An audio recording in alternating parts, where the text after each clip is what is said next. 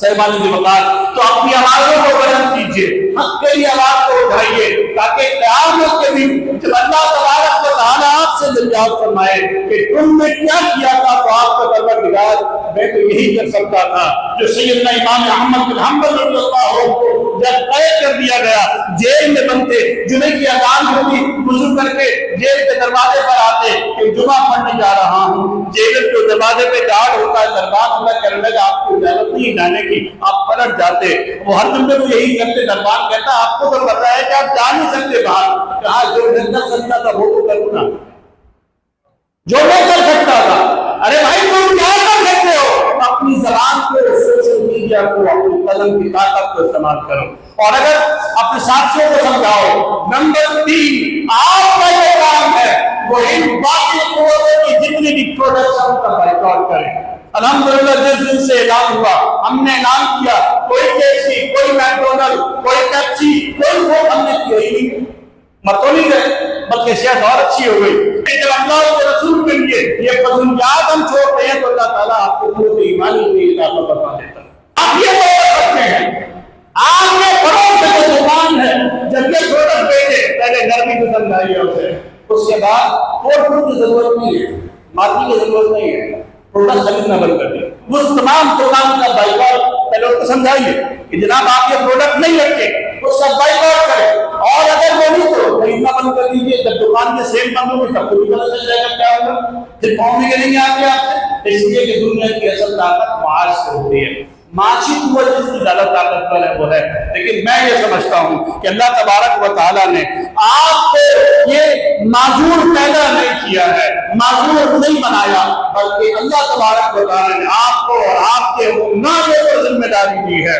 وَمَا لَكُمْ لَا تُقَاتِلُونَ فِي سَبِيلِ اللَّهِ، تمہیں کیا ہو گیا کہ تم اللہ کی راہ میں نہیں قتال کر رہے ہو، جہاد کر رہے ہو؟ وَالْمُسْتَضْعَفِينَ مِنَ الرِّجَالِ وَالنِّسَاءِ وَالْوِلْدَانِ، جبکہ کمزور مرد اور عورتیں اور بچے، الذین یقولون ربنا اخرجنا من هذه القرية الظالم اهلها، جبکہ وہ دعا کر رہے ہیں کہ اے ہمارے رب ہمیں اس ظالم بستی سے اور ظلم کرنے والوں سے نکال دے، واجعل لنا من لدنک ولیا واجعل لنا من لدنک نصیرا، اور ہمیں اپنی مدد سے، اپنی جلال سے مددگار ہمارے لیے دے، اور حامی اور مددگار ناصر ہمیں دے۔ یعنی اللہ تعالیٰ سے دعا کر رہے ہیں۔ اب آپ کی حکمرانوں کی ڈیوٹی بنتی ہے، علماء کی جو ذمہ داری ہے وہ اپنے طور پہ پورا کر رہے ہیں۔